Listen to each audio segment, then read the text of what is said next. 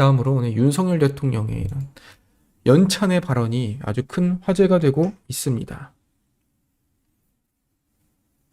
국민의힘 국회의원 연찬회도 오늘 똑같이 인천에서 국민의힘도 열렸는데, 이날 자리에서 윤석열 대통령은 문재인 정권을 기업에 비유하면서 이렇게 표현했습니다. 야, 내가 진짜 대통령 돼 보니까 한번 이제 까본 거죠. 문재인 정부의 지난 5년을 한번 열어봤더니 전부 다 분식회계고 내실이 없더라. 표를 얻기 위한 건지 나라가 거덜나기 직전이었다. 열어보니까 엉망이었다는 거예요. 윤석열 대통령은 말합니다. 망하기 전 기업을 보면 껍데기는 아주 화려하다. 그 기업을 인수해보면 아주 형편이 없다. 이 기업이 문재인 정권이죠. 문재인 정권이 껍데기는 화려했어요. 왜냐? 아니, 퇴임하기 직전에도 지지율이 뭐 40%가 넘었잖아요. 민주당이 항상 하는 말이죠. 우리 문재인 대통령께서는 퇴임 전에도 지지율이 44%였다. 그런데 왜 5년 만에 정권 교체 당했냐고요. 왜냐? 국민들이 보니까 그 기업 겉은 화려한데 아주 속은 형편이 없었다는 거고, 윤석열 대통령도 보니까 형편이 없었다는 거죠. 아니, 대통령으로서 이전 정권에서 이런 부채를 다 떠안은 거 아니에요. 엉터리 기업을 인수한 겁니다. 사실상. 아니죠. 원래는 잘 나가던 기업이었는데 그거를 이전 대표가 5년 동안 엉망으로 망쳐놨고 그 기업을 다시 인수해서 지금 하나씩 되살리고 있다는 겁니다. 지난 대선 때 힘을 합쳐서 국정 운영권을 가져오지 않았더라면 이 나라가 어떻게 됐겠나 하는 정말 아찔한 생각이 많이 든다. 돈은 없는데 사장이 벤츠 S600 같은 고급 승용차를 돌리고 이런 식으로 해서 안 망한 기업 없지 않느냐. 정부도 마찬가지다. 참으로 기가 막힌 아주 참신한 비유죠. 어느 기업이 돈이 없는데 사장이 자꾸 벤츠 S클래스를 굴린대요. 그럼 그런 기업들 결국에 어떻게 됐습니까? 우와, 저 기업 돈 많나? 했더니 얼마 뒤에 가서 기업이 망해요. 문재인 때가 딱 그랬다는 겁니다. 맨날 국민들한테 돈 퍼줘요. 전 국민 100만 원. 그럼 다른 나라에서 볼 때, 대한민국 돈 많나 보네. 이야, 대한민국 빚도 없고 돈이 넘쳐나니까 저렇게 돈을 뿌리나 보네? 알고 봤더니 망하는 기업인데 겉에만 화려했다. 특히 선거 때 표를 얻기 위해서 막 벌려놓은 건지 그야말로 나라가 거덜나기 일보 직전이었다. 제일 중요한 게 이념이다. 철진한 이념이 아니라 제대로 나라를 끌어갈 그런 철학이 바로 이념이다.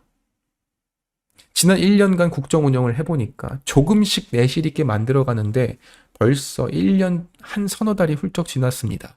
국회에서 여소야대에다가 언론도 전부 야당 지지 세력들이 잡고 있어가지고 24시간 동안 우리 정부 욕만 합니다. 국회, 언론 전부 다 야당 세력들이 잡고 있다는 거예요. 특히 민노총. 그러니까 24시간 동안 정부 욕만 하고 있죠.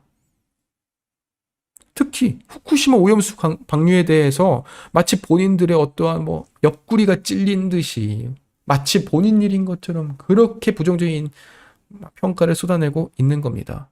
그러자 윤석열 대통령이 이렇게 말해요.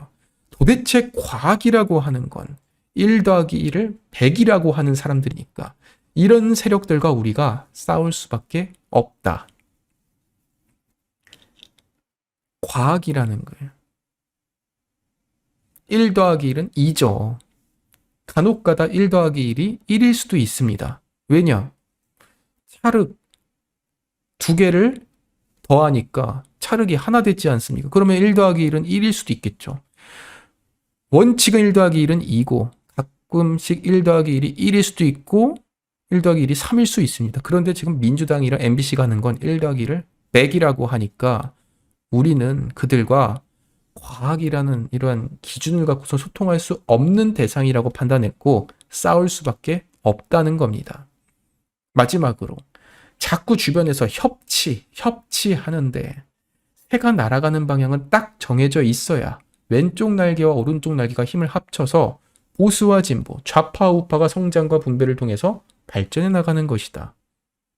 중요한 표현입니다. 협치라는 거는 좌우가 균형이 있어야 되고 대신 새가 날아가는 방향은 정해져 있어야 된다는 표현. 아주 기가 막힌 표현입니다. 그러니까요, 이 새가, 예,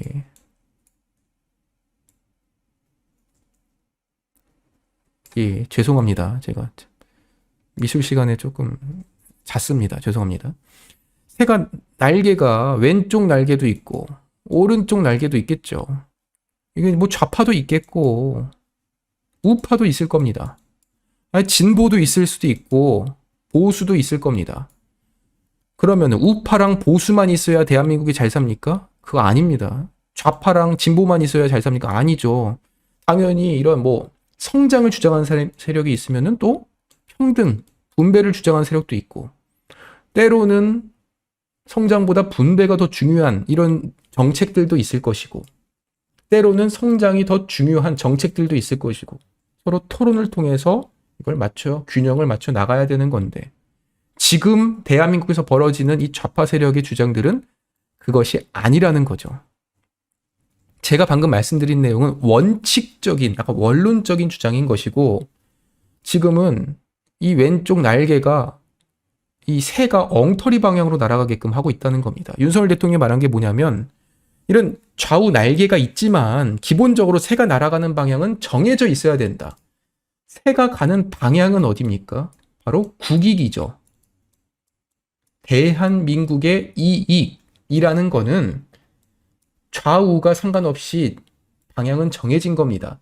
대신 좌파 쪽에서는 지금 분배를 더 늘려야 국익이 늘어난다 라고 주장하는 쪽이고, 반대로 우파 진영에서는 아니다, 지금 성장이 더 중요하다라고 주장을 하는 거겠죠. 대신 기준점은 국익인데 지금 저 좌파들이 하는 거는 애초에 이 국익이 아니라 엉뚱한 방향으로 이끌고 있다는 거예요. 그러면 이 방향으로 좌파들이 이끌고 있는 방향이 어디입니까? 마치 제가 볼 때는 이 체제 전복과 같은, 좀 극단적으로 말하면 윤석열 정부가 무너지길 바라는, 그런데 윤석열 정부가 무너지기 위해서는 대한민국이 경제를 성장을 막고 일본과 관계가 단절되고 외교 관계가 무너지고 경제가 무너져야 윤석열 정부가 무능하다라는 프레임을 씌울 수 있고, 그렇게 해야 민주당이 다음번 정권을 되찾을 수 있다는 그러한 잘못된 발상으로부터 지금 일이 일어나고 있다는 것이 지금 현재 윤석열 대통령의 생각인 겁니다. 결국 더 근본적으로 통합과 타협을 어떤 가치, 어떤 기제를 갖고 할 것인지, 당정만이라도 국가를 어떻게 끌고 나갈 것인지 확고한 방향을 잡아야 한다.